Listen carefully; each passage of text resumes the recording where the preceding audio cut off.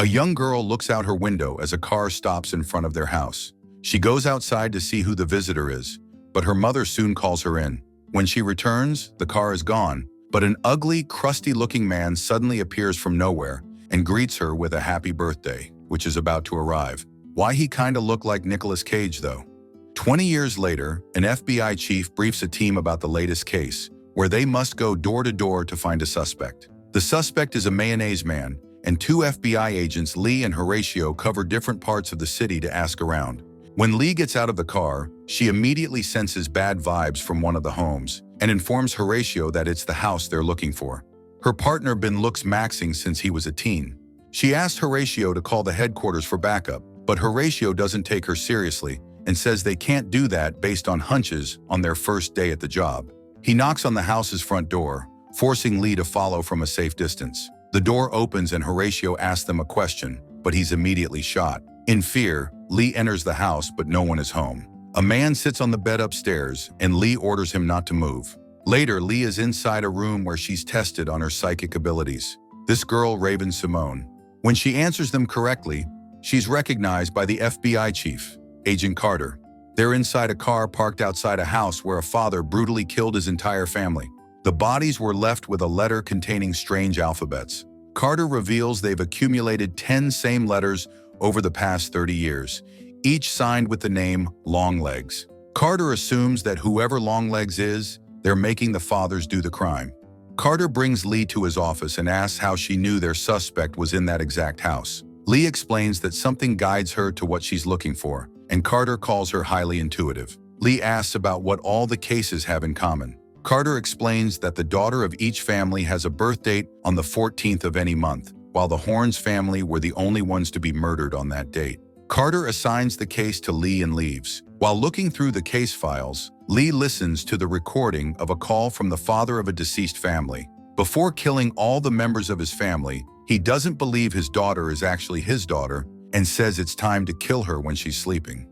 Lee tries to decipher the symbols but falls asleep in the office after much time has passed. Carter enters the room and wakes her up before inviting her for a drink. At the diner, Carter drinks while he allows Lee to inform him of what she's learned. Lee explains that Longlegs had never entered the house, yet the weapons of the murders came only from inside the house. She assumes that either Longlegs orders the family to end themselves or has an accomplice, but Carter drunkenly laughs at the idea.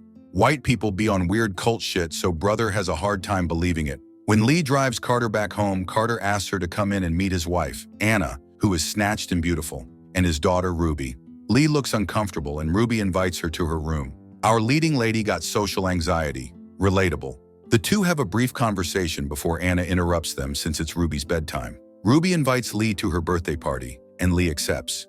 When Lee arrives home, she calls her mom. Her mom mentions that Lee's birthday is coming up, but Lee is suddenly alerted by a noise around the house. She hangs up the phone and walks around, hearing banging from the front door. Oh, hell to the nah, someone knocking that late that isn't DoorDash is getting shot.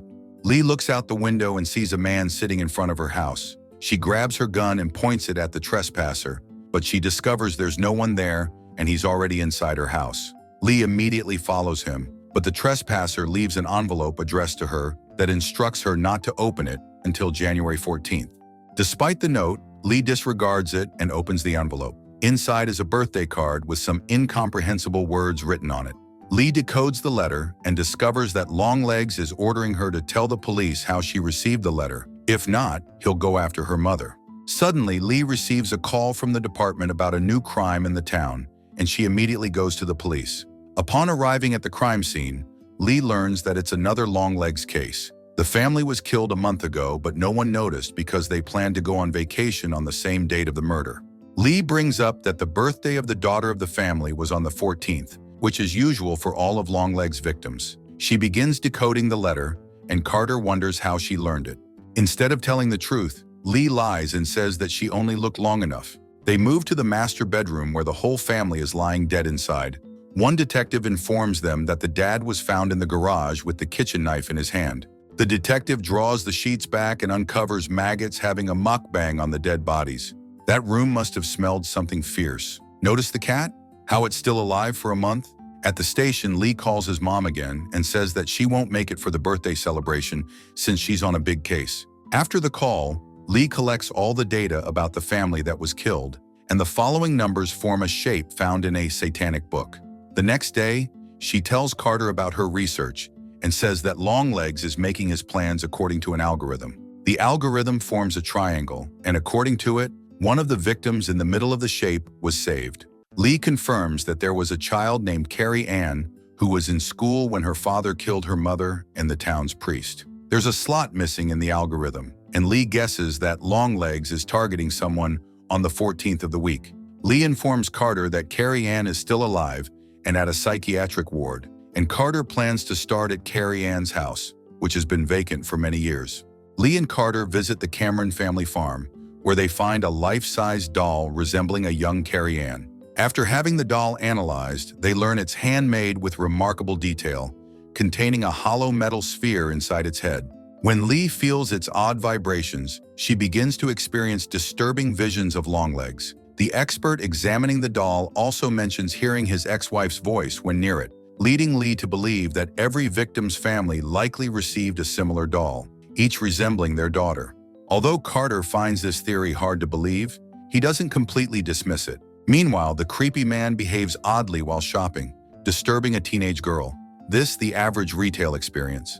Lee and Carter meet Carrie Ann in the mental asylum, where they learn she has been in a mad state for 20 years, unable to speak or recognize her surroundings. Coincidentally, someone visited her and signed the register under Lee's name.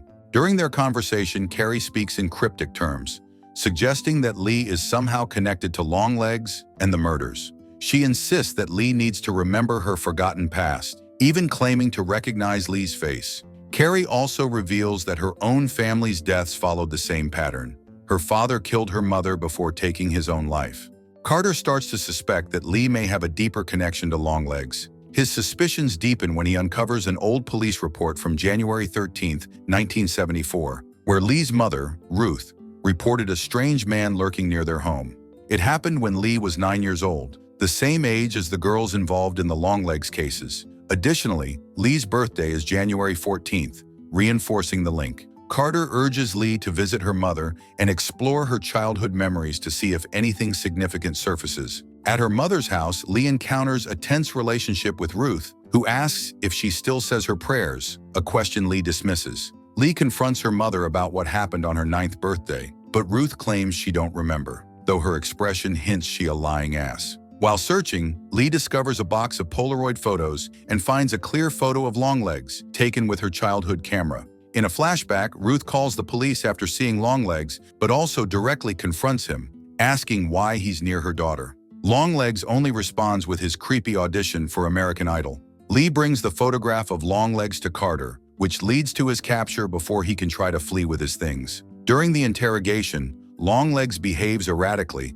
and asks when he can see Lee. He sings Lee a happy birthday, making her uncomfortable. Agent Browning reveals that Longlegs' suitcases were full of his handwriting, which matches the letters found at the crime scenes, confirming his involvement. However, Lee suspects he didn't act alone, as there were no signs of forced entry at any of the crime scenes, implying an accomplice. To support her theory, Lee decides to interrogate Longlegs. Longlegs recognizes Lee and is brought to tears. This man's so unhinged. When Lee asks who his accomplice is and who's the man downstairs, he cryptically suggests she ask her mother. He then says, "Hail Satan," before smashing his head on the table and ending himself. Our girl gonna be extra demure after witnessing that. At the same time, Carrie Ann also takes her own life in the asylum. Troubled by the mention of her mother, Lee goes back to Ruth's house with Agent Browning. She goes inside and it's like TLC's Hoarders. Meanwhile, Ruth is dressed as a nun and kills Agent Browning with a shotgun.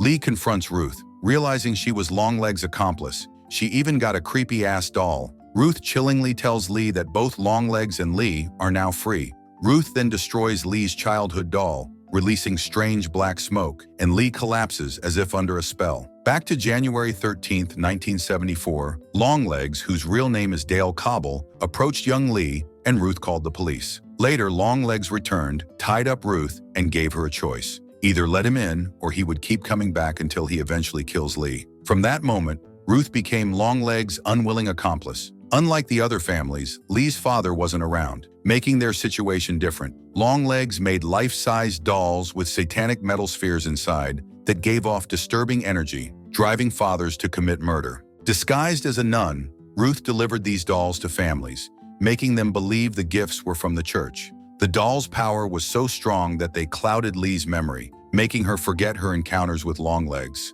When Lee regains consciousness, she realizes that Longlegs had been hiding in her mother's basement all along, creating the sinister dolls there. While Longlegs claimed to serve the man downstairs, aka Satan, Ruth was literally serving someone in her basement. Should homegirl lose her job because this crime was done right under her nose? With the truth revealed, Lee rushes to Carter's house, knowing his daughter Ruby is the next target. At Carter's home, she finds him under the influence of the life-size doll that Ruth had delivered. The doll's satanic metal sphere releases vibrations that drive people mad, pushing fathers to kill their families. Lee tries to explain that her mother is the accomplice, but Carter is already under the doll's power. Ruth explains she did it all for Lee and worships Satan. Carter becomes violently unhinged and kills his wife in the kitchen.